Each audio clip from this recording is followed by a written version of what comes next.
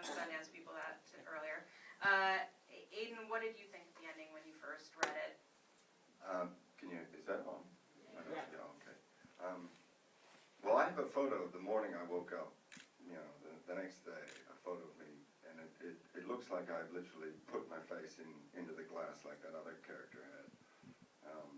It was so amazing. It was just so hard-hitting. I mean, it was hard-hitting. but I had one of those stunt people guys to take the most of it. I couldn't believe that he was later on that evening having a drink at the bar. I thought he'd be brain dead. They were spectacular for, to be able to choreograph such a brutal scene. And look, I'm not really a fan of great brutality in film or television. Forgive me for the killer elite, but I think that when at the crescendo of this show, something is brewing, and it's horrific, but it bases the whole story, and what the stakes are. So it works quite well. And it was hard to watch. I had to turn away at some point. My mother is not going to watch it.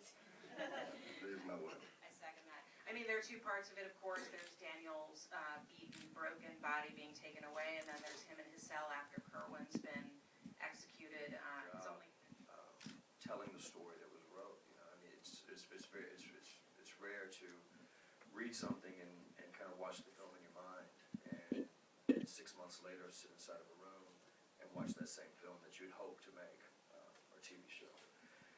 And I think they've executed that. This is exactly what I wanted to make when we first went to Georgia, and I don't think anything was lost in the process. So for me, it was gratifying for sure. I'm just very moved. I mean, I think it's we worked really hard on this, and it was shot very quickly, very fast and furious. So it almost seemed like a dream. And yet it was real. I watch it and I feel like I lived it. I experienced it. And I think it's hard because you play these characters and you fall in love with them, and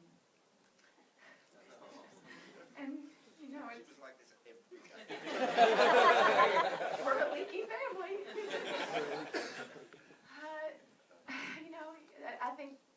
I feel like I carry the spirit of Amantha, and hopefully you find yourself in each one of the characters, but it's just devastating. It's devastating to think about just from her perspective.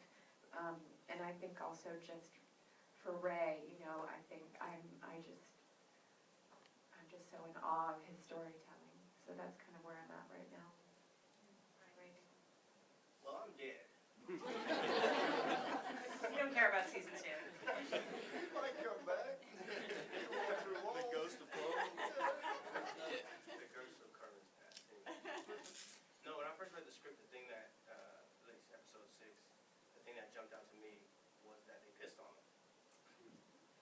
That jumped out to me too. My time in LA has been very, short coming out of graduate school, but in the time that I've read scripts and the TV shows that I've seen, they don't go that far. So the show to me is a beautiful mess. I think the stakes are very, very high. I think a lot of the things that are very ugly, and they show the evils of the situation, especially something that's so relevant today. For me, thinking about Kirby, I always think about Troy Davis and all that controversy that happened last year with people trying to, the Pope calling in to try to stay his execution, all those things that were happening down in the South. So that was relevant for me when I read the script. But as messy as it is, it's still beautifully executed. And the first time, it's one of the first times I've read something I was so excited to see. You want to watch other people's scenes. You want to say lines, or you want to say some of the other characters' dialogue. And it's like doing a play on camera. It was so incredibly nuanced. The depth of the story is fantastic. So to me, it was like watching a beautiful mess, and it's just a fantastic opportunity to be a part of it. A few of you have mentioned Ray McKinnon. I just want to say a few things about him.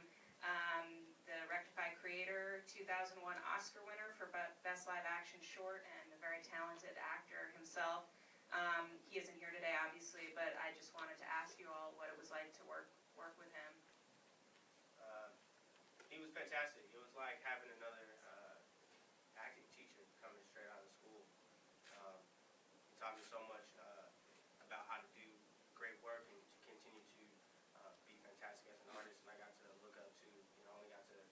work with Aden, but I felt like he was a teacher as well.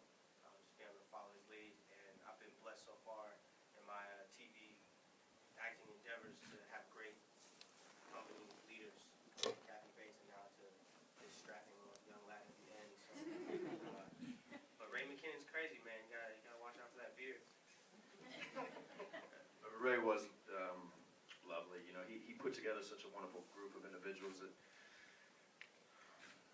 no one brought their egos to work.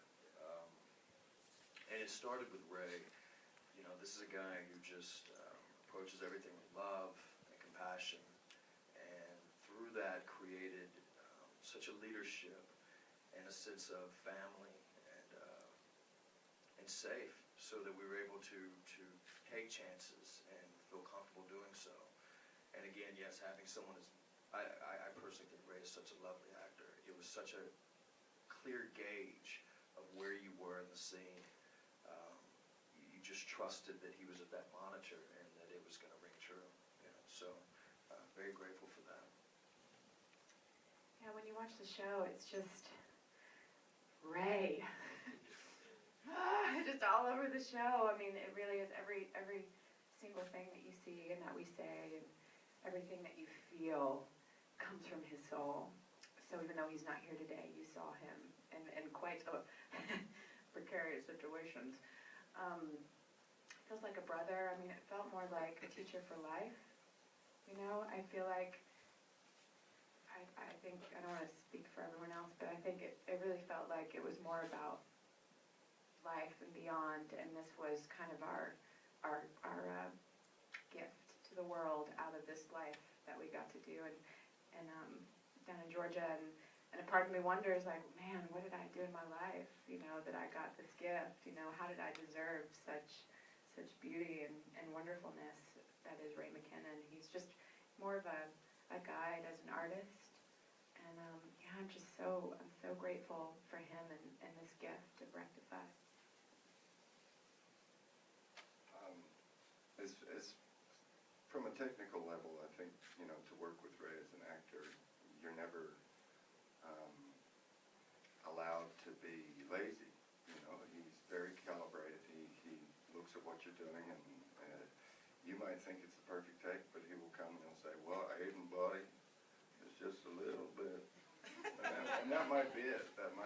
That's the direction sometimes. But that's enough. I mean, when I met Ray for the first time to test with him, he said he was so excited because I'd asked him if I could borrow his shirt because I didn't like what I was wearing. It didn't feel right for after the discussion we had of who we thought Daniel was going to be. So I borrowed his shirt, and he was so excited. And we were walking over toward the room where we were going to do it, and he said, Aden, I want you to do it the way that I told you to do it, or any way you'd like to.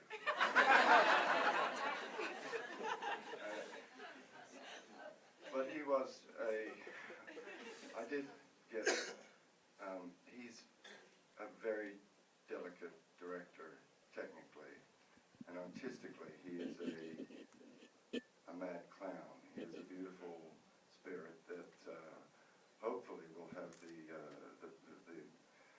canvas to continue work for many years. And pure to a certain degree.